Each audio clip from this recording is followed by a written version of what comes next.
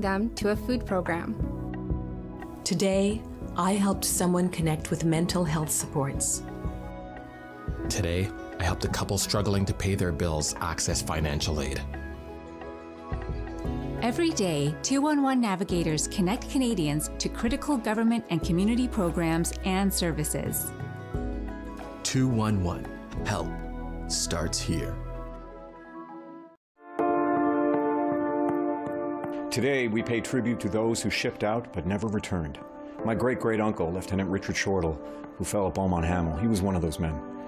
He fought and was singled out by his brothers in arms and in the press for his bravery at Gallipoli. Our freedom is not free. It is not easy. It was hard fought for in far-off places, far from here. We honor and remember the dead so that the living may know upon whose shoulders we now stand, lest we forget. Color party, by the left, quick, march! This program is brought to you by Ignite TV. Now you're in command. Visit Rogers.com for more details.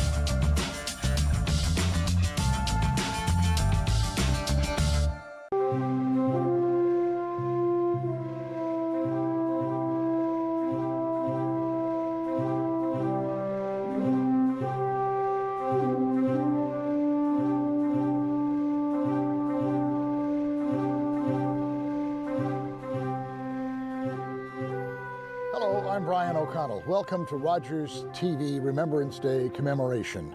I am here today at the United Nations Peacekeepers Memorial in St. John's, and next to the Sergeants Memorial on Queens Road. This is the location for this year's Remembrance Day ceremony. The normal ceremony would happen at the Cenotaph, the National War Memorial in St. John's, but that's under construction. Some restoration is happening there for the 100th anniversary. We're going to tell you a little bit about that in our show. But first, Jason Piercey joins us with Terry Kelly. And Terry has written a song, A Pittance of Time, which he wants to talk about. We've heard this song before, but Terry now is also working on a project very near and dear to him. So let's go to Jason and Terry, and we'll be back in just a few minutes.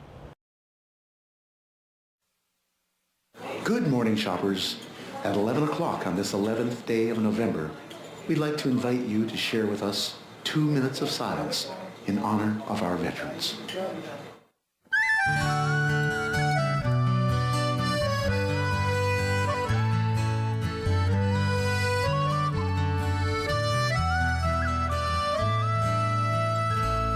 They fought and some died for their homeland.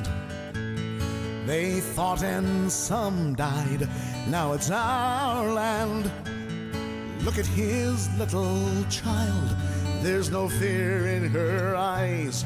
Could he not show respect for other dads who have died? Take 2 minutes, would you mind? It's a pittance of time for the boys and the girls who went over. In peace may they rest, may we never forget why they died. It's a pittance of time. God forgive me for wanting to strike him. Give me strength so as not to be like him. My heart pounds in my breast, fingers pressed to my lips, my throat wants to bawl out, my tongue barely resists, but 2 minutes I will bide. It's a pittance of time for the boys and the girls who went over. In peace may they rest, may we never forget why they died. It's a pittance of time.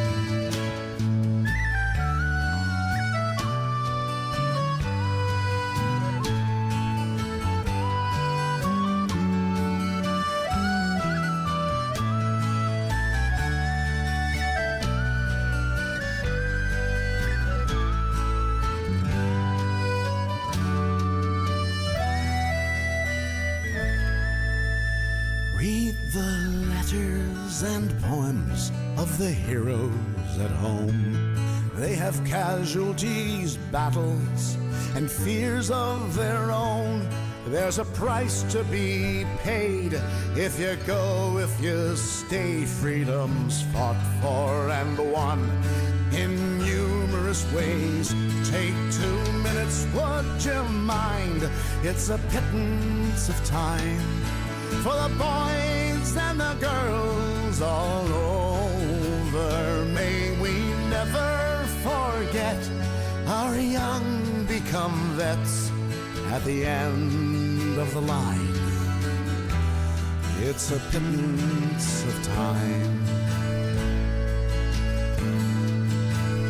It takes courage to fight in your own war.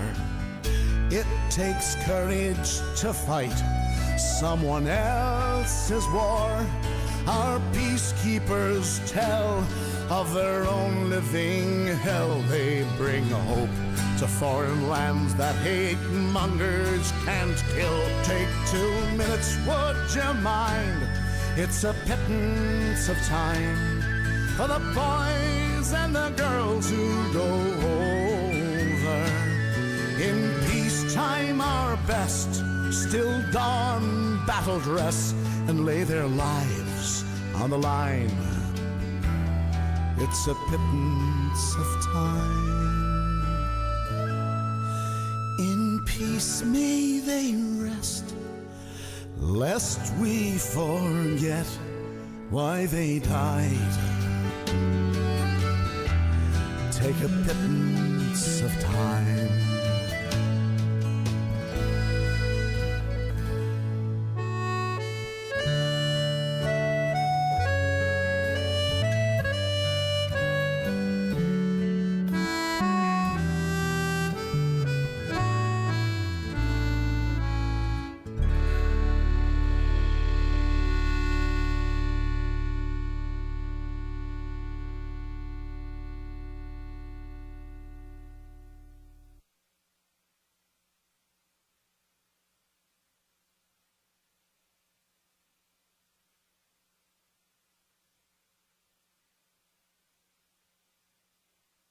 Can we talk a little bit about the origin of the song that we all just listened to and watched the video for, Pittance of Time? Like, where did it come from? Because I understand it's a good story. Well, so the video tells the whole story. It's just, like a true story. So my wife Ann and I were heading for the cenotaph. I'll make this short. And so we got caught in traffic. She had just had a knee operation, and we said, well, we better get some crutches or a cane or something to lean on. So we strike out for the drugstore, get caught in the traffic. We're going to miss the cenotaph, and we get into the store, and about a minute before 11, the manager says, ladies and gentlemen, boys and girls, please join me for 2 minutes of silence in honor of our veterans and peacemakers. So that opening moment of the video, that's literally an actual occurrence. The whole thing is. Wow. Yeah. And so the 11 o'clock, everything goes dead quiet, except this one man, and I don't know what he was doing on the video. I guess he kind of simulates it, but he's pointing and so I want that one over there. He's talking loud. Can't hear it on the video. And the young clerk is trying to get him to quiet just by speaking quieter. 20 seconds go by. I put my finger on my lips, I go, shh. And I don't think he was really impressed by it, but he did leave the store before the 2 minutes were up. And so as he was going out the door, I didn't know she was there until after. Well, and the little girl says, Daddy, that was embarrassing. You were supposed to be quiet during that time. So teachers like Michelle, our floor director, take care, teach children about respect, even though they wouldn't have the concept of war necessarily. Sure. Well, at least our children wouldn't. Lots would do these days. Which is a win for society in general, that they might not have the concept for what those moments are based in, but the respect for it is obviously still important. The respect is there, and that only comes from being taught that or given, following by example. And so most schools in this country have a ceremony every year. Yes. And it really does leave an impression. And A Pittance of Time, the song, video, has been played in thousands of schools, and it's renewed every year, which is kind of interesting. The other thing about it, Jason, is that I've seen, when I present in schools, you know, hundreds of little children go dead quiet. And junior high kids, same thing, high school. And so if I could rate all my music that you know, went across all demographics, man. Oh, like if, you know, if you get that group of people to be silent for a period of time. I'm a father, I have a young daughter. They do not like to just sit in silence. It's not easy for them. No. So that's so commanding and it's so powerful. And it's just one of those things that it just had that X factor that works for every demographic, you know? So I have a question for you, and I get the story, and I know where the inspiration came from, and I can, in having watched the video repeatedly and listening to it, and even just going over the lyrics in my head and seeing the message, all of that makes so much sense for me, and how it relates to the concept of Remembrance Day. Other than the inspiration, for you personally, the relationship with Remembrance Day and like, what, is there a connection there? Yeah, absolutely. I'm glad you asked that because there used to be a school for the blind. When I was a kid, I left here at 7 years old, 9 months a year away from home in Halifax at School for the Blind. And many of the teachers and house parents who were with us after class time were retired Army, Air Force, Navy people. Oh. And so they became my surrogate parents. And I had this, you know, this deep, visceral, emotional connection with them, and they had traveled around the world. These guys were people from, you know, the Second World War, Korean, and they had seen many things in their lives, right? And so the greatest gift they gave, you know, a bunch of the kids and me, was the gift of not overprotecting us. So you're blind, get over it. But then they showed us how to get over it. Use your other gifts. You can hear, you can touch, you can think. Wow. Be your creative. And so being blind to me is just, sometimes it's a pain. Sure. Right? but do I look sad? You do not. You look happier than I am. Yeah. I'm so blessed, right? So that's, I think, why that song came from my connection, my emotional connection to those wonderful people who gave me freedom. And I say they gave me mind sight. So mind sight. So I can. Wow. Right. So I can, and you can grow your mind sight for the rest of your life. So you can have perfect vision with your eyes, but be blind in your mind too. And nobody's eyes are going to get better as they get older, but your mind sight. Your mind sight absolutely can. Yeah. And wow. I strive to make that happen. Like I'm growing, and I want to learn, but I also know that it's not over. And you keep learning. As long as you have the desire to do it, right? And the willingness and the openness to accept that your previously held belief is no longer accurate, so that you can make room for whatever the new thing you want to learn is. Yeah, and one of my teachers, well, you know, virtually, Wayne Dyer. I'm familiar with the name. Oh yeah, well, so he says,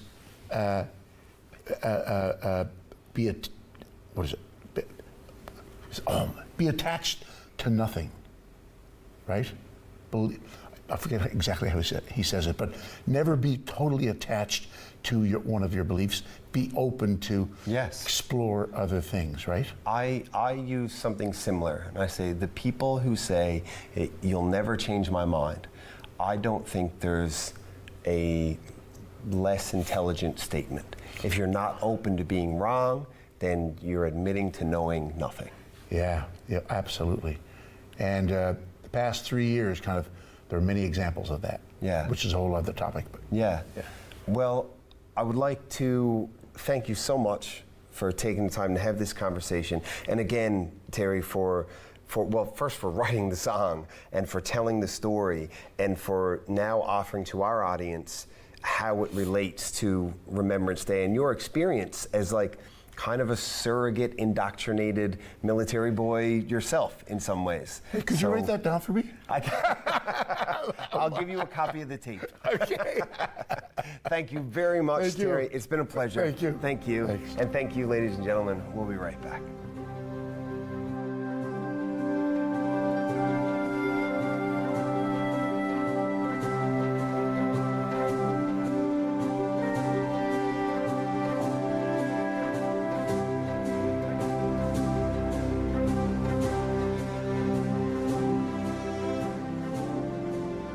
Thanks to Jason and Terry for that insightful interview, and thanks to Terry for the song Pittance in Time. We're here at the corner of Cathedral Street and Queens Road at the Sergeant's Memorial. This will be the location for this year's Remembrance service as the National War Memorial is undergoing restoration. Gary Browne is a noted author and historian and has written books about the Royal Newfoundland Regiment and the fallen boy soldiers. Gary joins us to talk about the restoration work and to share some information about the Sergeant's Memorial here in St. John's.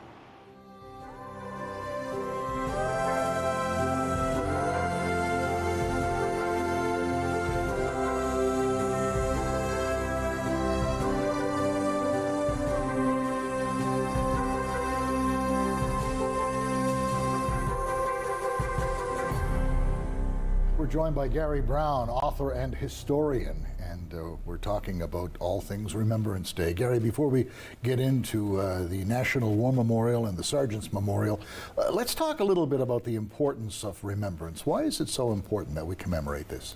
Well, it's so important, Brian, because we're remembering those, I call them heroes, of Newfoundland and Labrador who left in so many conflicts, but especially where my area of expertise is World War I, and so many of them went overseas and fought so young, and a lot of them never came back. There was over 1,750 Newfoundlanders and Labradorians who lost their lives in World War I, and over 800 have no known graves, and which is pretty emotional on behalf of the families and that. So it's important that we as people, this was our DNA, the boys we lost, and so it's really, really important that we never forget them and commemorate them whenever we can. And when we say their names, we keep them alive. Gary, you wrote Fallen Boy Soldiers, and a tremendous book about the ages of the young men who fought with the Royal Newfoundland Regiment, and they were boys. Yes, they were. There was 272 of them, of the Fallen Boy Soldiers book, and of those 272 who lost their lives, they were all teenagers. 114 of them have no known graves. So when you're talking about a mother or parent or family back home here in Newfoundland and Labrador, and you don't even know where your 17 or 18-year-old boy is buried, and no one to show you, you'll never lay a wreath there. It's pretty traumatic stuff. So we, as a society of Newfoundlanders and Labradorians, must never forget them, Brian.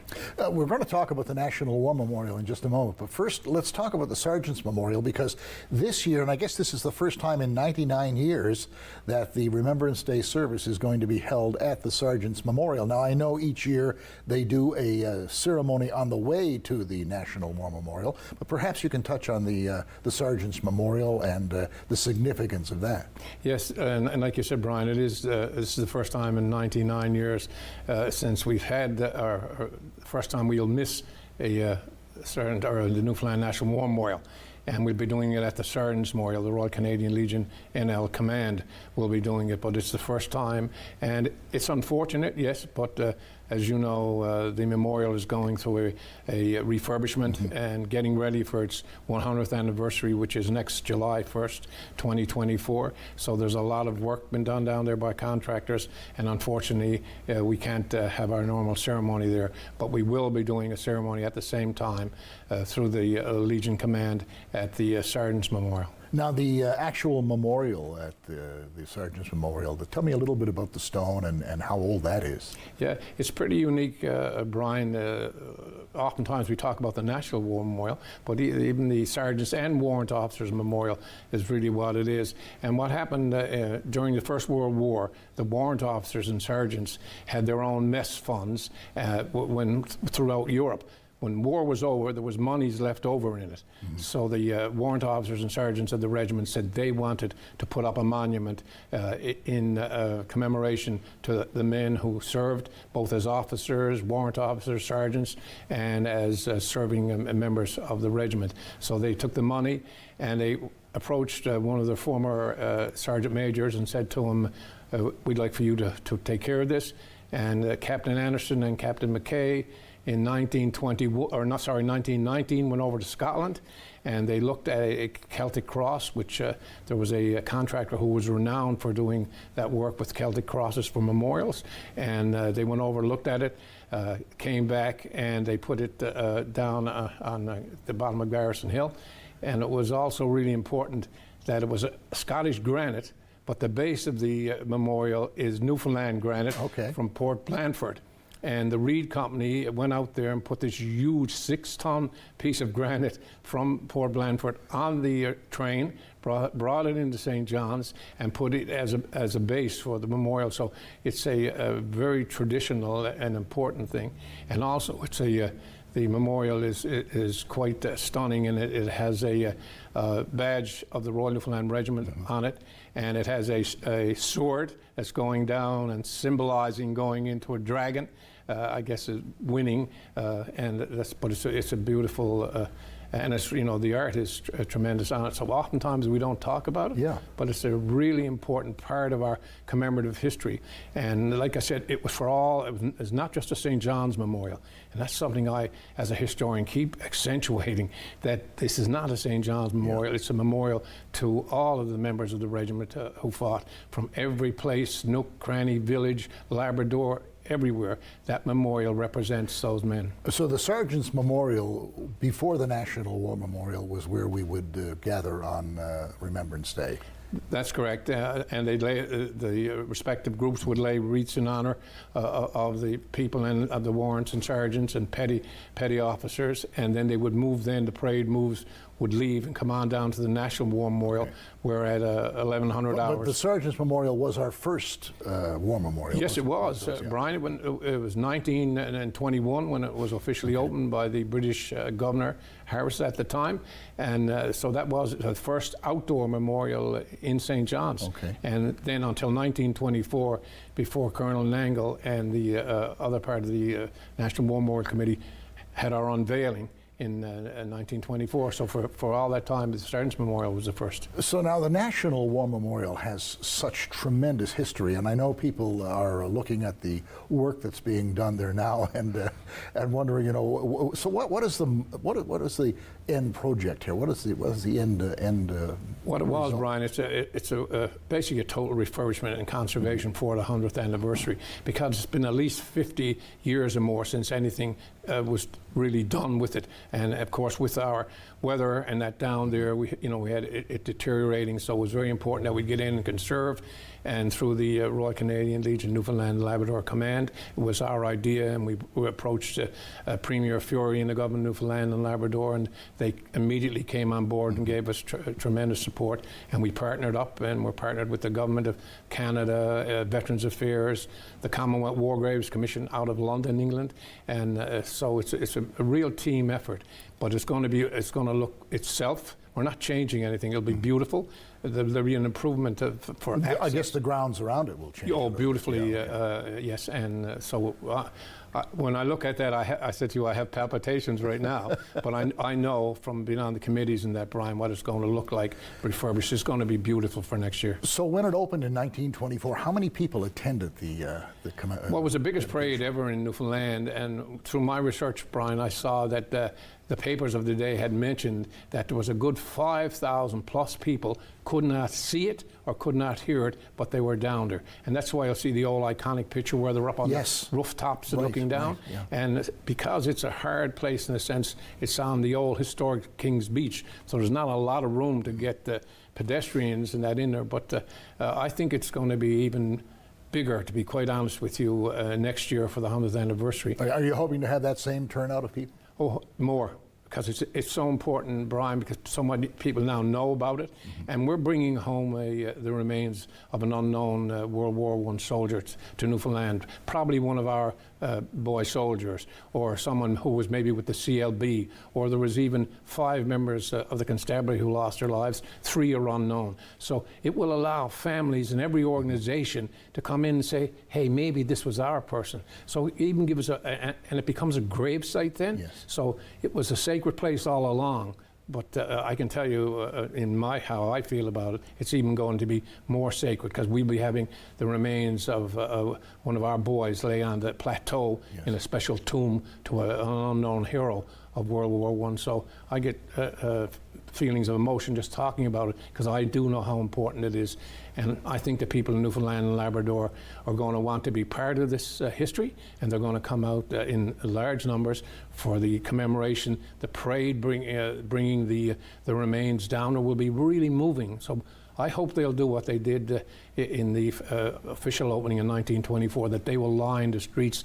And this is a chance to tell our children about this, and that probably the boy in that the remains in that thing is maybe only 3 or 4 more years older than they are, and tell the boys and girls that it's so important that we commemorate and remember Brian.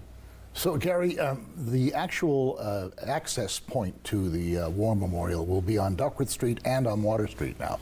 Yeah, the main one will always be on Water Street, on the Old King's Beach. But, there used to be that small thing, but there will be improvements made, and I really don't want to get into it because our committee a steering committee, a wonderful bunch of 11 people from all the stakeholders, and we're going to do some major communications announcements coming up to it, and people will see. So I say to people, don't worry, you're going to find out about it. It's important, and I know, but we're not dragging our heels. It's a really important task. And this is going to be July 1st? July 1st, 2024, and it will be the same timing, approximately, in that time frame between 9, but also there will be special events happening all that week.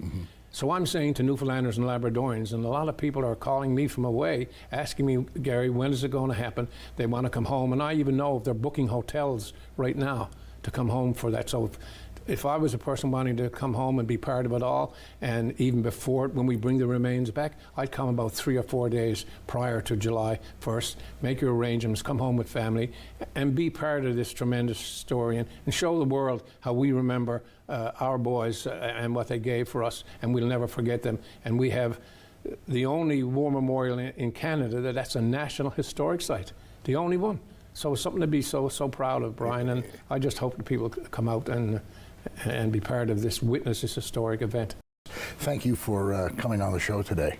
I'd like to thank you, Brian, and I'd really like to thank Rogers for their continuing support of all things commemorative and remembrance in Newfoundland and for veterans. And again, say to the people, please come back next year and be part of this historic event. All right, thank you, Gary. We'll be back after this.